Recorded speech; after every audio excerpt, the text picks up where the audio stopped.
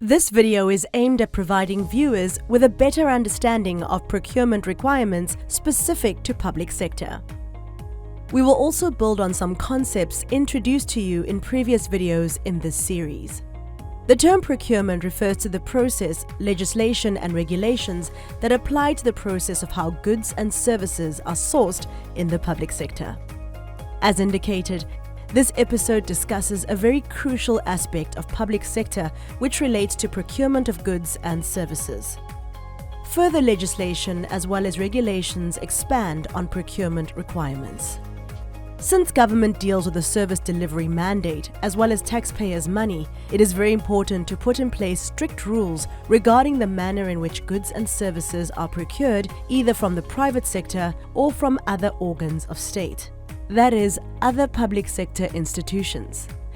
This is also in place to ensure that the practices are fair and competitive to all potential service providers. In this episode, we will discuss the concepts of procurement from the various applicable legislation, as well as any related regulations and instructions notes. Each of these items will be discussed in more detail. 1. Context in terms of the Constitution. The principles and concepts that will be discussed in this episode stem from our Constitution. As indicated in previous episodes, Section 217 of our Constitution establishes the principles of procurement that other legislation such as PFMA and the MFMA use as a basis. Section 217 subsection 1 requires that when public sector institutions contract for goods or services, they must do so in accordance with a procurement system which is fair, equitable, transparent, competitive, and cost-effective in terms of national legislation such as the PFMA, MFMA, and the Preferential Procurement Policy Framework Act.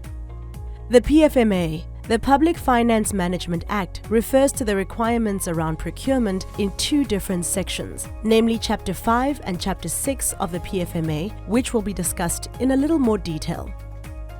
A reminder to the viewer that the PFMA is applicable to the national and provincial spheres of government, which include all national departments, constitutional institutions, national public entities, provincial departments, and provincial public entities. Within Chapter 5 of the PFMA, which is applicable to the national and provincial departments as well as constitutional institutions, the accounting officer must have an appropriate procurement and provisioning system which is fair, equitable, transparent, competitive, and cost-effective. The exact same requirement is placed on accounting authorities of national and provincial public entities within Chapter 6 of the PFMA. You can see that these requirements have almost the exact same wording as Section 217 of our Constitution. Note that the related Treasury regulations and other legislation expand on this, which will be discussed further in this episode. At this point, it's important to take note of these requirements. The definition of irregular expenditure has been discussed in detail in earlier episodes in this series. A reminder that such type of expenditure is incurred when procurement legislation, regulations, or related policies are not complied with. Incurrence of irregular expenditure can result in the incorrect service provider being appointed, as an example. The PFMA places requirements on all of the above-mentioned government institutions not to incur such type of expenditure. It also places a requirement that if such expenditure does occur, then it must be detected and follow the reporting processes as well as the related investigations. These investigations require that all instances of irregular expenditure be investigated to determine if disciplinary steps need to be taken against any liable officials. The investigation should be commissioned at the appropriate level in terms of internal policies and should have a terms of reference, and the person chairing or conducting such an investigation should comply with the organization's independence and qualifications requirements. Such an investigation must take place within 30 days of the incurrence of the irregular expenditure. Based on the outcome of such investigations, there might need to be disciplinary steps taken against any officials who made or permitted irregular expenditure. The Treasury regulations. The PFMA states that the National Treasury must make regulations or issue instructions applicable to departments and outlines areas that the Treasury regulations must address. Therefore, the Treasury regulations are seen as an extension of the PFMA. Regulation 16A deals with the requirements around procurement, and the name of the regulation is Supply Chain Management. Note that this regulation applies to departments, constitutional institutions, Schedule 3A and 3C public entities. The accounting officer or accounting authority of an institution must develop and implement an effective and efficient supply chain management system for A, the acquisition of goods and services, and B, the disposal and letting of state assets, including the disposal of goods no longer required.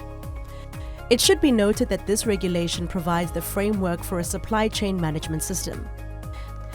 The system must be fair, equitable, transparent, competitive, and cost-effective.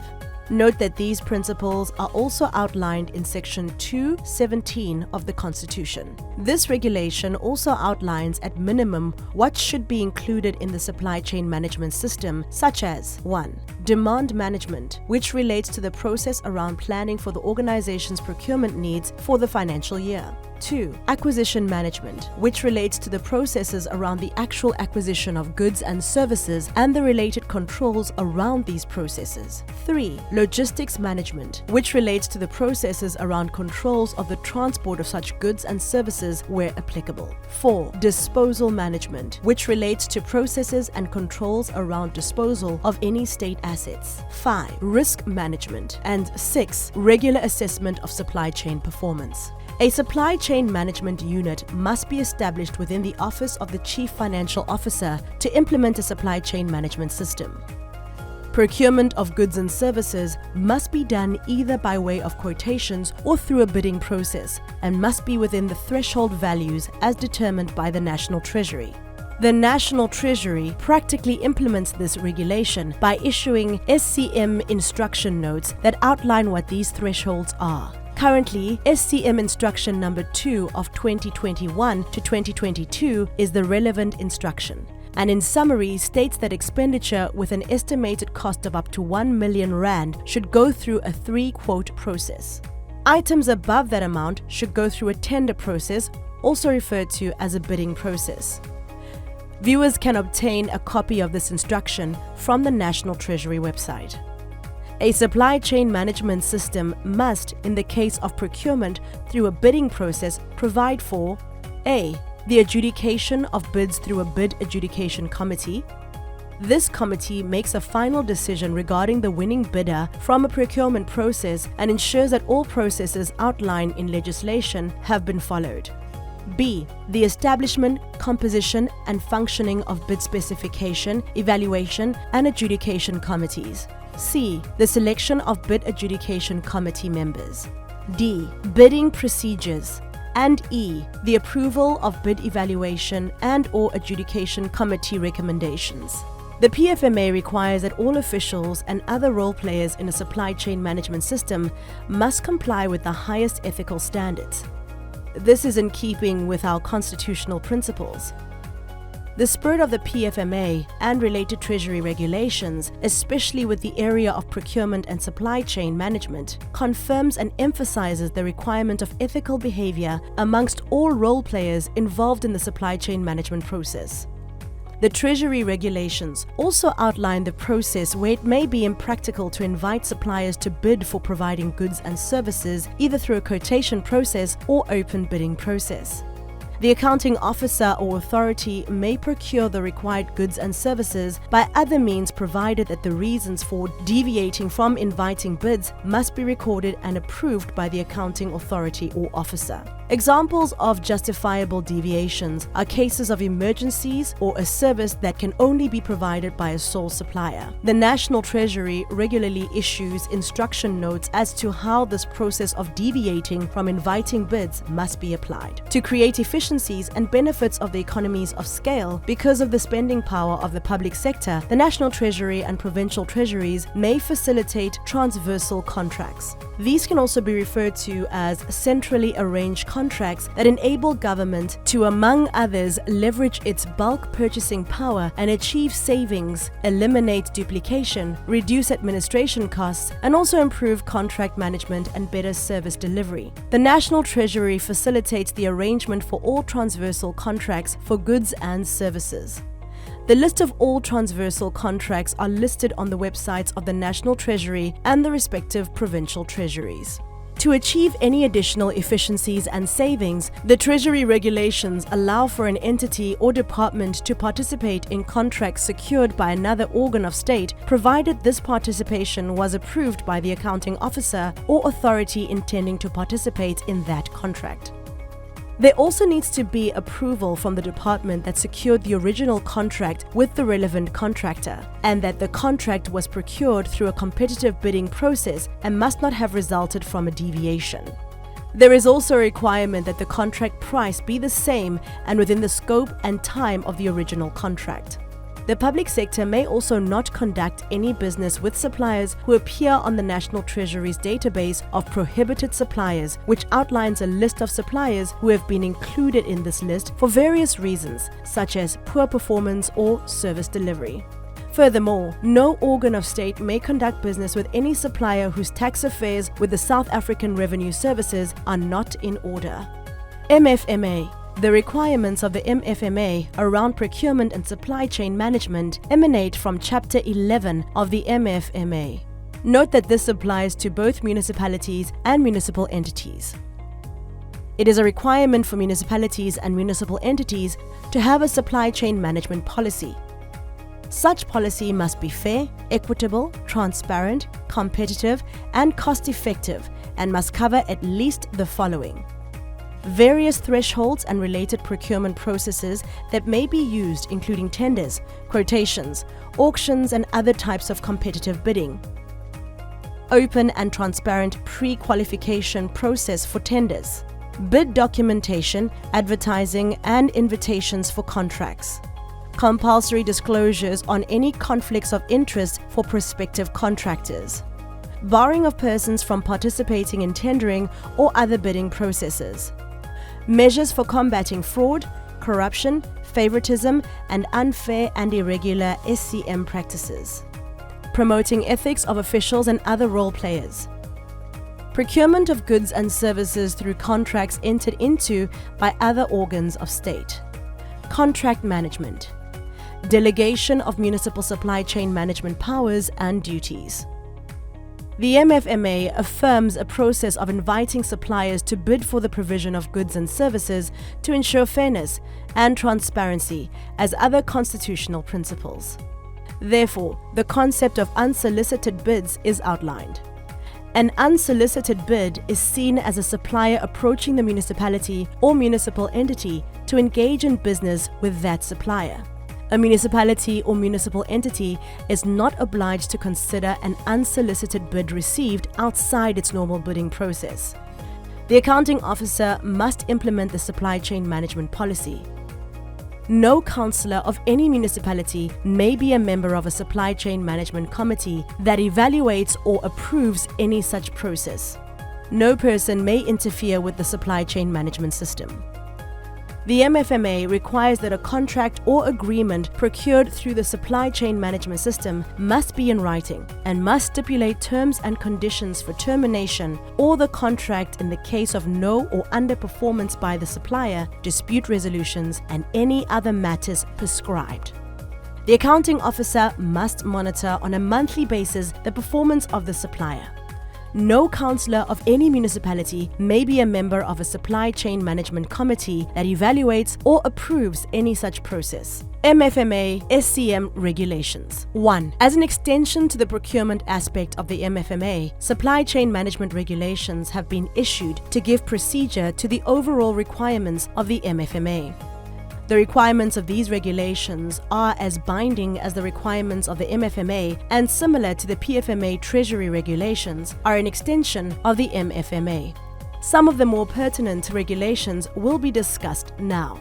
SCM Regulation 2 and 9 expands on the MFMA by specifying what the supply chain management policy must include, which is similar to the requirements of Treasury Regulation 16A applicable to departments, constitutional institutions, Schedule 3A and 3C public entities.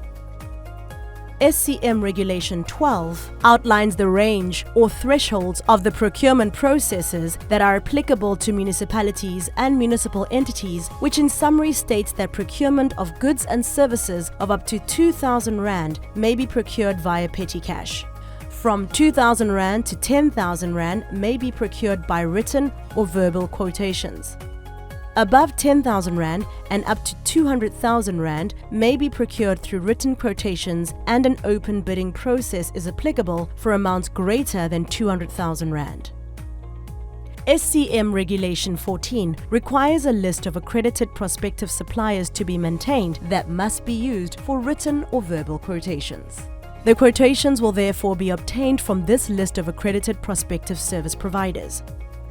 Regulations 16 and 17 specify the number of quotes that must be obtained for written and verbal requests. SCM Regulation 22 outlined the procedure for the invitation and advertising of competitive bids and the methods of advertisement to the public, such as newspapers, the website of the municipality or municipal entity, and/or the government tender bulletin. The regulation also outlines the information that the advertisement must contain, such as the closure date and the minimum period of the advertisement. Regulation 26 outlines the various bid committees that must be in place and details the requirements of each committee. There should be at least a bid specification committee, bid evaluation committee, and a bid adjudication committee. The members of each committee must be done by the accounting officer. The Bid Specification Committee must compile the specifications for each procurement of goods or services. The Bid Evaluation Committee must evaluate bids in accordance with the specifications. The Bid Adjudication Committee must consider the report and recommendations of the Bid Evaluation Committee. Regulation 36 deals with the deviations from the procurement process and are similar to those mentioned in the Treasury regulations above. The remainder of these regulations specify requirements and processes for the different applicable thresholds or ranges. These SCM regulations can be obtained from the National Treasury website.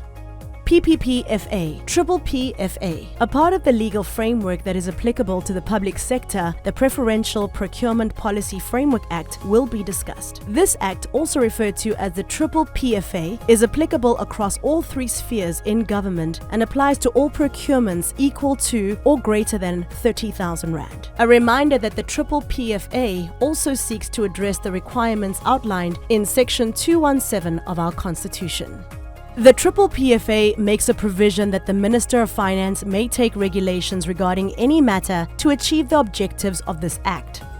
The latest relevant regulations that are applicable now are the Preferential Procurement Regulations issued on the November 4, 2022 that provides more detailed requirements of the Triple PFA.